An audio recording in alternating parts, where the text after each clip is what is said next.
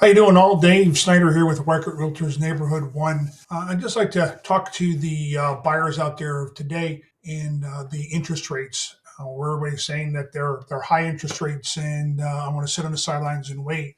So I'd just like to give you some pointers and things to discuss and things to think about that maybe be beneficial to you in growing your wealth or getting you into a home sooner than later.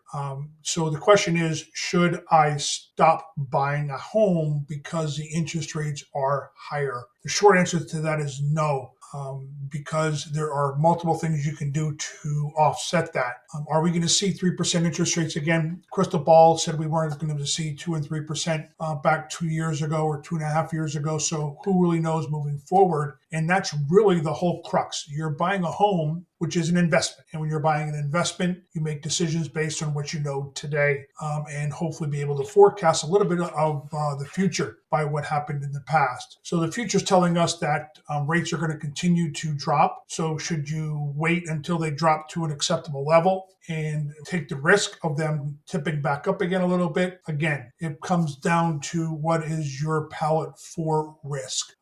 Getting into a home today and then refinancing later is a true way of doing it. So I've got 8 things for you to consider when you're buying a home. And these 8 things really, whether the interest rates were at 6%, 6.5%, or 3%, these are the same 8 things that you should consider before you go out and buy a home. And that first one is, before you do that, is to get prepared. It's like a snowstorm. When a snowstorm, you hear the weather that snowstorms are coming. What do? You get prepared. We all go out and buy our milk and our eggs like we don't have it in the refrigerator already, and we have nothing in the pantry. We get our shovels out. If you have a snowblower, you get it out, you fill it with gas, you test it, make sure it runs. So you're prepared when that snowstorm comes. Buying a house is the same way. Get prepared. Consider your financial situation that you're in currently. Do you have an extremely large amount of debt that if we would add another debt on top of it, it would cripple you? And banks and lenders have a way to figure that out. It's called the debt to income ratio. So we can help you understand your affordability based on your current financial situation. And during that preparation stage, if you're in that situation, then we can sit and analyze your budget and see what you need to do in order to reduce that current debt to make room for a mortgage payment. Because if you're already paying rent, the odds are you're going to pay less when you go buy a house. So look at your overall financial situation. Next, what are your long-term goals? Think about your long-term goals. Do you want to live in that particular home that you're buying right now? Is your forever home? If it's your first one, it's probably not your forever home. If it's your third or fourth one, it could be your forever home until the next phase in life approaches you. Downsizing, upsizing, because I now got 3 kids instead of 2. Now I've got no kids and I'm an empty nester. So there's a whole lot of variables out there that say it's time to buy another home. But if it's your first home, which is a large amount of my clients, is first home buyers, this is not going to be your forever home. So don't try and buy the home you're out of the gate that you have grown up in. You've got to start at the entry level and build that equity and move up. So long-term goal would be to become a homeowner. So the rates that you're buying today, rates that will have an effect on how much home you can buy. So we want to take a look at the rates and make sure that it gets you into the home that you're looking at. Again, we can help you with that. Market conditions. What's going on in the market? Well, today being January 16, 2024, I can tell you that inventory is low. Buyers are on the sideline. So this market condition to me is a perfect condition for buyers to come out and get engaged and wait for that home to come on the market, but being prepared to be able to act immediately for when that home hits the market. And that's part of being prepared. So what are those conditions? Right now, we're in what we call a seller's market. Sellers are controlling a little bit, but nowhere near like they were back in 2020, 2021. We can do inspections now. We don't have 15 to 25 offers on one property. Things have calmed down dramatically here in the early part of 2024. So knowing those market conditions and working with a buyer agent that can help you understand how to work and navigate that particular market is important. Negotiations is the fourth one. Negotiations are important.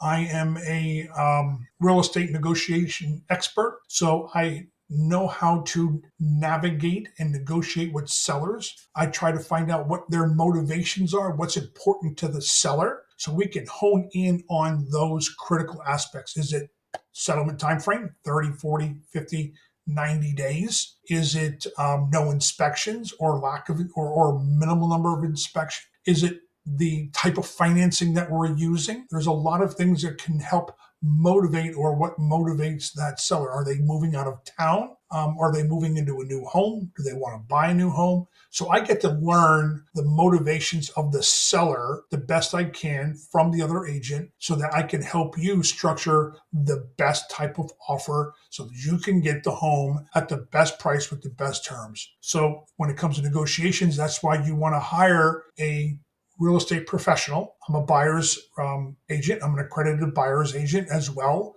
So I am able to help you negotiate and navigate through that. Some things that a lot of people don't think about. There are tax benefits in owning a home. I was on a Zoom call, and one of the agents on that Zoom call said, what do you mean? Well, when you own a home and you're doing your income taxes, the real estate taxes you pay on that home are a tax deduction. Now, I'm not a financial planner, I'm not an accountant, but I know that one is a fundamental tax benefit for you. When you buy your home, there are certain things on your closing costs that would be helpful in a tax season.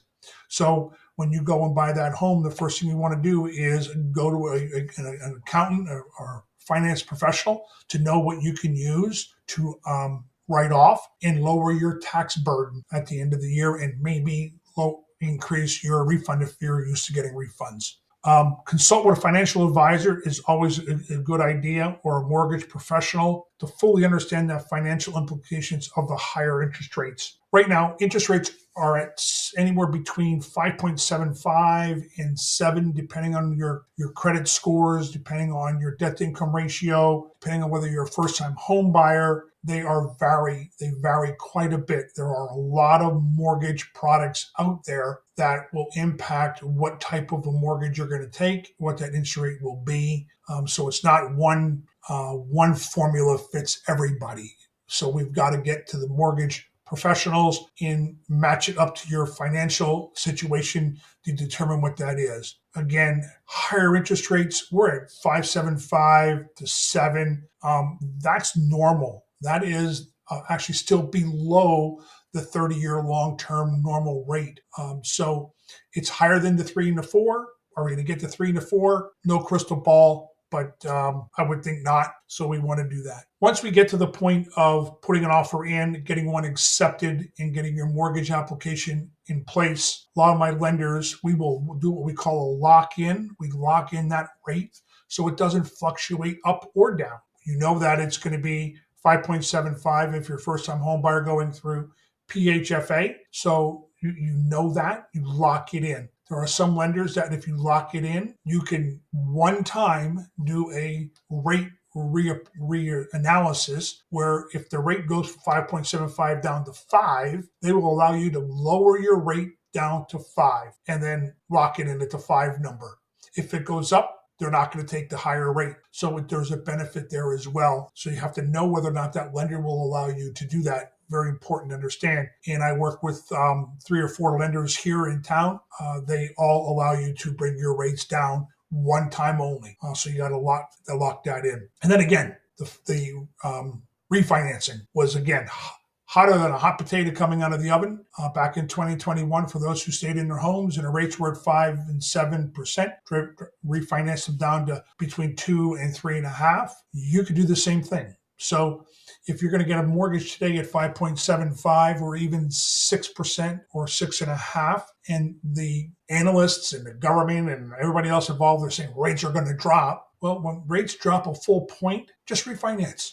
You can refinance and lower your interest rate again.